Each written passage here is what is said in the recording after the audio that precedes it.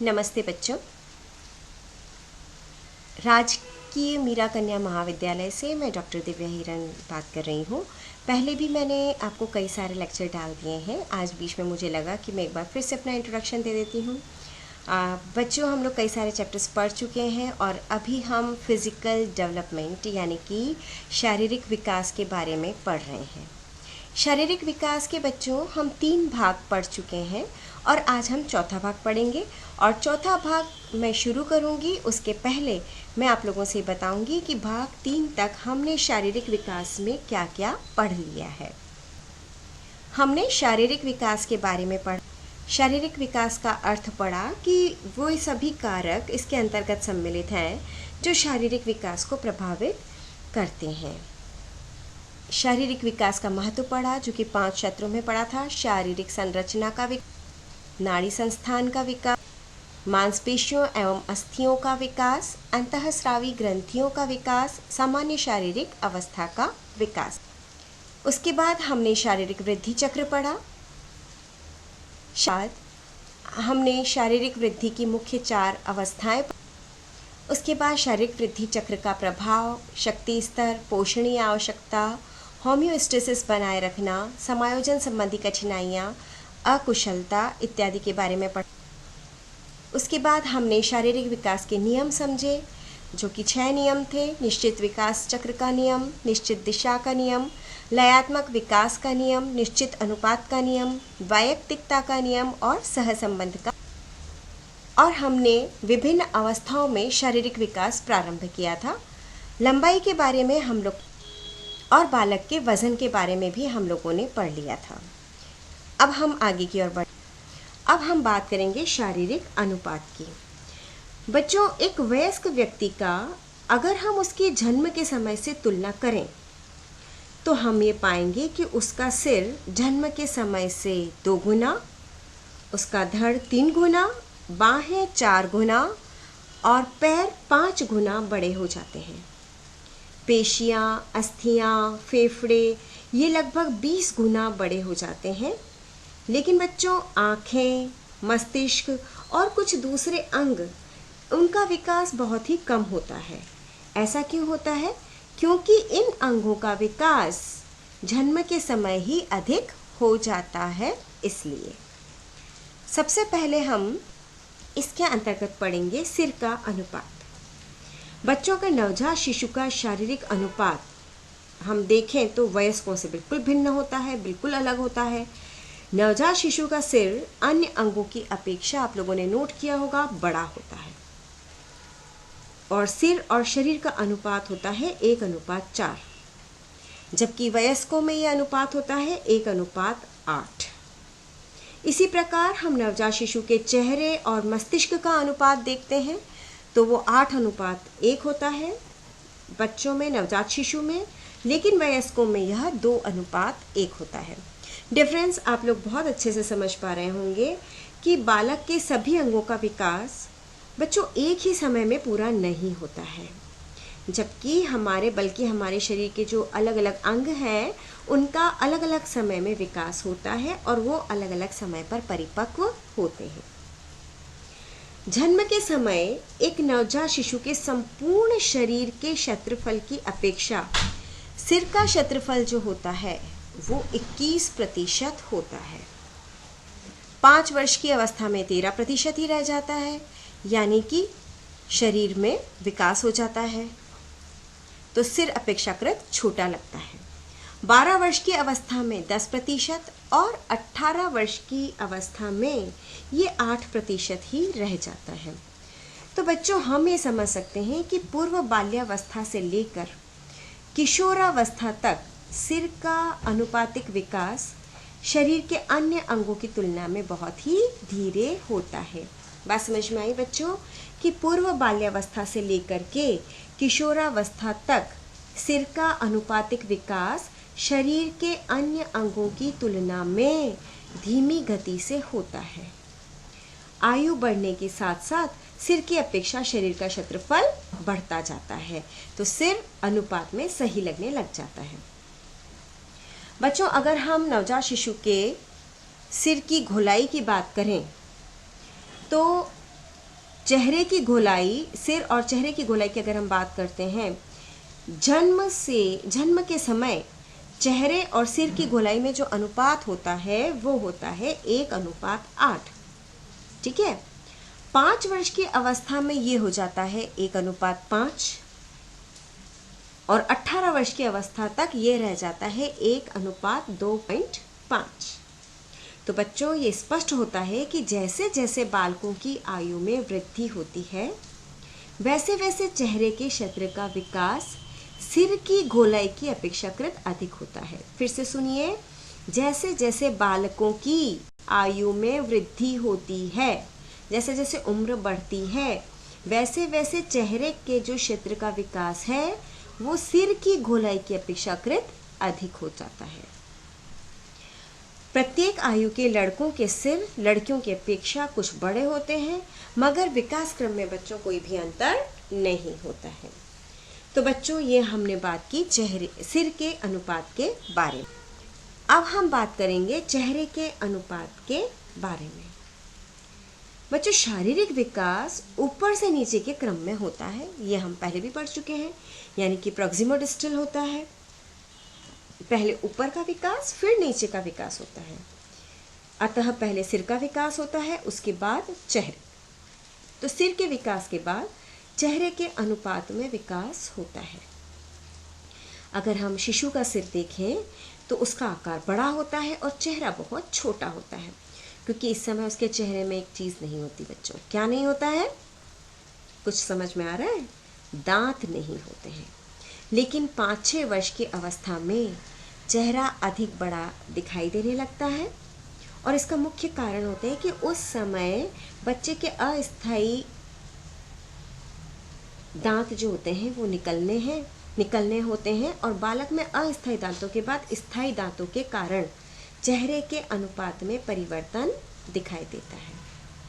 तो चेहरे के अंतर्गत अगर हम पढ़ते हैं तो मुख्य रूप से 2 चीज़ें आती है, एक तो है नाक और एक है आँखें। हम पहले बात करते हैं नाक की। शिशु के चेहरे का आकार और अगर हम उसका नाक देखते हैं तो उसमें भी आनुपातिक रूप से परिवर्तन होते हैं। चेहरे पर नाक ही पहला अंग होता है बच्चों, जो कि सबसे पहले विकसित होता है। चेहरे पर सबसे पहले विकसित होने वाली कौन सी चीज़ है बच्चों? नाक। शिशु जन्म से लेकर के 4-5 वर्ष की अवस्था तक अगर हम बालक की नाक को ध्यान से देखें ना तो वो हमें बड़ी दिखती है और चेहरे से चिपकी हुई लगती है। लेकिन बच्चों क्या होता है कि जैसे जैसे उम्र बढ़ती है तो नाक स्पष्ट होती है, सुंदर आकार लेने लगती है और अच्छी दिखाई देती है। और अगर हम चेहरे का आकार की बात करें तो जैसे जैसे चेहरे का आकार बढ़ता है नाक का अनुपात चेहरे की अपेक्षा में कम हो जाता है।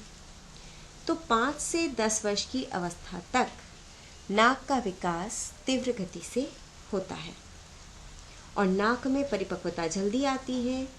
क्यों आती है बच्चों? क्योंकि अभी हमने बात की चेहरे पर एक नाक ही ऐसा अंग है जिसका विकास सबसे पहले होता है। तो नाक में परिपक्वता जल्दी आती है। नाक कब परिपक्व हो जाती है बच्चों? 14 वर्ष की अवस्था तक। 14 वर्ष की अवस्था तक नाक पूर्ण रूप से परिपक्व हो जाती है। नाक के बाद हम बात करते हैं आँखों की। नवजात शिशु की आँखें आकार में तो बच्चों हमें पूर्ण परिपक्व दिखाई देती है, लेकिन क्या होता है बच्चों की नवजात शिशु की आँखों की जो गतियाँ होती है ना वो नियंत्रित नहीं होती है। दृष्टि का केंद्रीकरण यानी कि आँखों को किसी एक जगह या एक चीज़ पर जमाना वो जन्म के बाद 6 से 8 सप्ताह बाद होता है। 5 वर्ष की आयु तक नेत्र गोलक पूरी तरह से विकसित हो जाता है और वयसंधि अवस्था तक बालकों के चेहरे की परिपक्वता में वयस्कों की अपेक्षा 5% की कमी रह जाती है वयसंधि अवस्था तक, ठीक है ना। लेकिन बच्चों किशोरावस्था जैसे ही प्राप्त करते हैं अधिकांश किशोरों का चेहरा पूर्ण रूप से विकसित हो जाता है। लेकिन बच्चों एक बात को याद रखना कि चेहरे की परिपक्वता यौन परिपक्वता पर निर्भर करती है। इस बात को आप ना भूलें, ठीक है, कि चेहरे की परिपक्वता यौन परिपक्वता पर निर्भर करती है। तो बच्चों, हमने सिर का अनुपात पढ़ा, हमने चेहरे का अनुपात पढ़ा। अब हम बात धड़ के अनुपात की। चेहरे के बाद धड़ और कंधों का विकास होता है। जन्म के समय बच्चों यहाँ पर धड़ मिसिंग है, आप इसे धड़ पढ़ें कि चेहरे के बाद धड़ एवं कंधों का विकास होता है। बच्चों, अगर जन्म के समय आपने किसी नवजात शिशु को ध्यान से देखा होगा तो आपने पाया होगा कि हमें उसकी गर्दन नजर नहीं आती है। हमें ऐसा लगता है कि जैसे सिर सीधा किससे जुड़ा हुआ है, धड़ से जुड़ा हुआ है, जबकि ऐसा नहीं होता है बच्चों। जैसे जैसे उम्र बढ़ती है ना, तो गर्दन, सिर और धड़ के बीच का स्पष्ट अंतर नजर आने लगता है। 5 वर्ष के आयु के बालकों में गर्दन पतली हो जाती है, लंबी हो जाती है और स्पष्ट रूप से दिखाई देती है।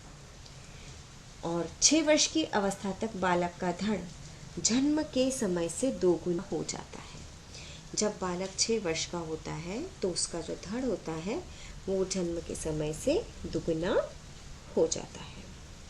और जब परिपक्व अवस्था आती है तो धड़ जो होता है वो जन्म की अपेक्षा 3 गुना हो जाता है। नवजात शिशु के धड़ के ही बारे में मैं अभी आपको बता रही हूँ। उसकी छाती का आकार जो होता है गोल होता है, शुरू में पतला और चपटा होता है और छाती आगे की ओर हमें उभार लिए हुए महसूस होती है। जिन लड़कों में परिपक्वता जल्दी आती है उनके हिप्स और कंधों का आकार भी बड़ा होता है, और जिनकी परिपक्वता देर से आती है उनके हिप्स और कंधे छोटे रह जाते हैं। लेकिन बच्चों, लड़कियों में ठीक इसके विपरीत है। जिन लड़कियों की परिपक्वता जल्दी आती है उनके कंधे और नितंब छोटे रह जाते हैं, और जिनकी देर से निकलती है उनके नितंब बड़े और भारी लगते हैं। धड़ के बाद हम बात करते हैं हाथ एवं पैरों के अनुपात के बारे में।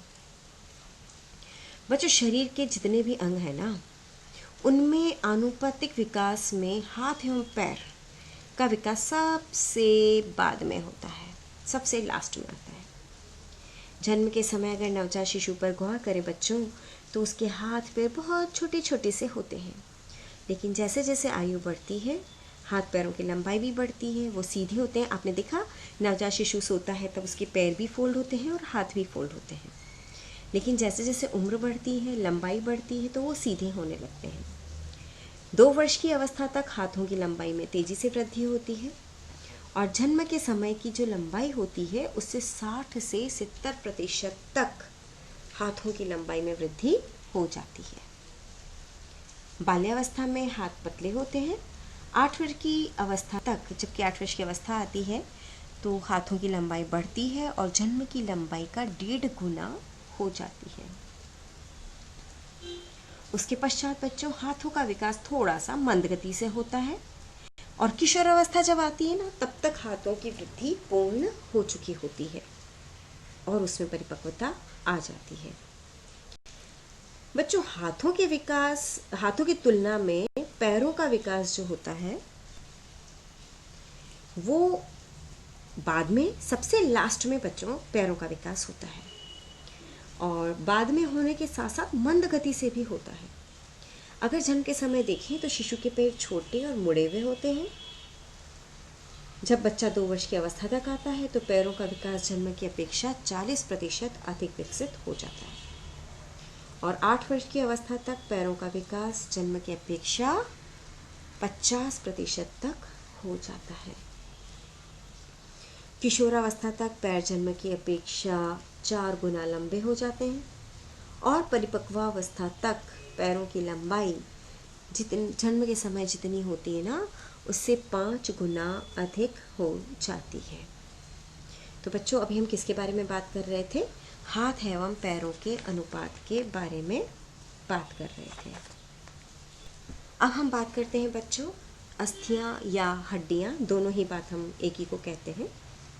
हड्डियों के विकास के अंतर्गत हड्डियों के आकार में वृद्धि, उनकी संख्या में परिवर्तन और हड्डियों के संगठन में परिवर्तन शामिल होता है। सामान्यतः बच्चों, हड्डियों के विकास में वही प्रवृत्ति लागू होती है जो कि बालक की लंबाई और आकार में लागू होती है। अतः शिशु जन्म के पहले वर्ष में हड्डियों का विकास बहुत तेजी से होता है, लेकिन बच्चों दूसरे वर्ष में इसकी गति मंद हो जाती है, जो वयसंधि तक चलती है, और वयसंधि से किशोरावस्था तक पुनः हड्डियों का विकास तेजी से होता है। बच्चों हड्डियों में ऑसिफिकेशन यानी कि कैल्शियम, फास्फोरस और खनिज लवणों का हड्डियों में उपस्थिति होना, हड्डियों में इन चीज़ों का बढ़ना, इस वजह से हड्डियां कठोर और मजबूत हो जाती है।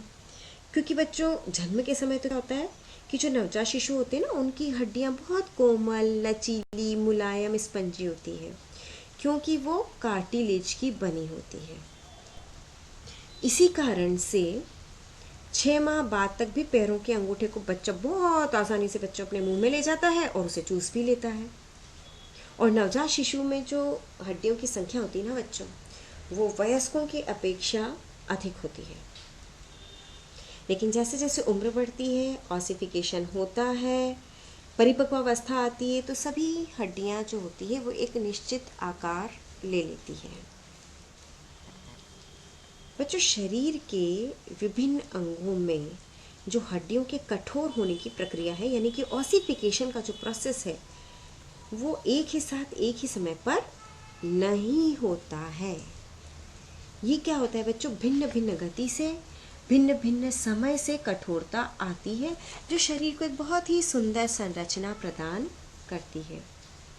शिशु की जो खोपड़ी होती है बच्चों, अगर आप बच्चों के सिर के ऊपरी हिस्से को थोड़ा सा हाथ लगाएंगे तो आप देखेंगे वो बहुत मुलायम होता है, कोमल होता है, और पता है वहाँ पर एक गड्ढे जैसा भी हमें लगता है, और गड्ढा स्पष्ट दिखाई भी देता है।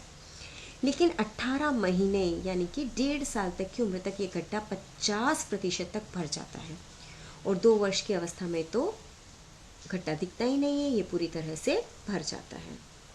लेकिन बच्चों पैरों की लंबी अस्थियों में ऑसिफिकेशन वह संधि अवस्था तक भी पूरा नहीं होता है, तब भी उसमें वक्त लगता है।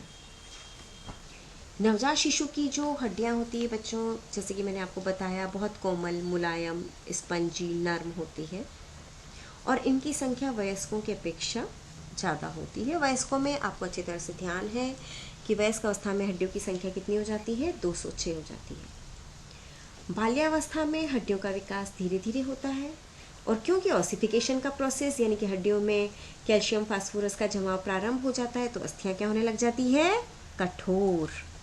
और इस अवस्था में प्रत्येक आयु स्तर पर लड़कियों की हड्डियां लड़कों की अपेक्षा जल्दी ही कठोरता प्राप्त कर लेती है। और बच्चों जब किशोरावस्था में यौन हार्मोन का स्रावन होता है तो हड्डियों में कठोरता आ जाती है, और किशोरावस्था के अंत तक शरीर की सभी हड्डियों का विकास लगभग पूर्ण हो जाता है, और शरीर की अनेक हड्डियां परस्पर संयुक्त हो जाती है, यानी कि आपस में जुड़ जाती है, और हड्डियों की संख्या कितनी रह जाती है, 206 हो जाती है।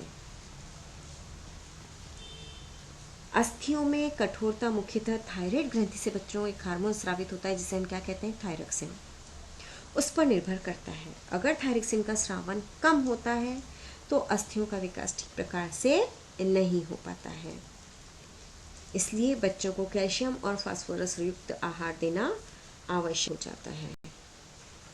तो ये हमने पढ़ा बच्चों अस्थियों और हड्डियों के। आज हमने क्या क्या पढ़ लिया बच्चों, शारीरिक अनुपात हमने पढ़ा था। शारीरिक अनुपात में सिर का अनुपात, चेहरे का अनुपात, और चेहरे के अनुपात के अंतर्गत नाक और आँख। उसके बाद धड़ का अनुपात, हाथ एवं पैरों का अनुपात, और हड्डियों के बारे में हमने पढ़ा था। अभी हमारा फिजिकल डेवलपमेंट और बच रहा है, जो कि हम आगे के भाग में पढ़ेंगे। धन्यवाद।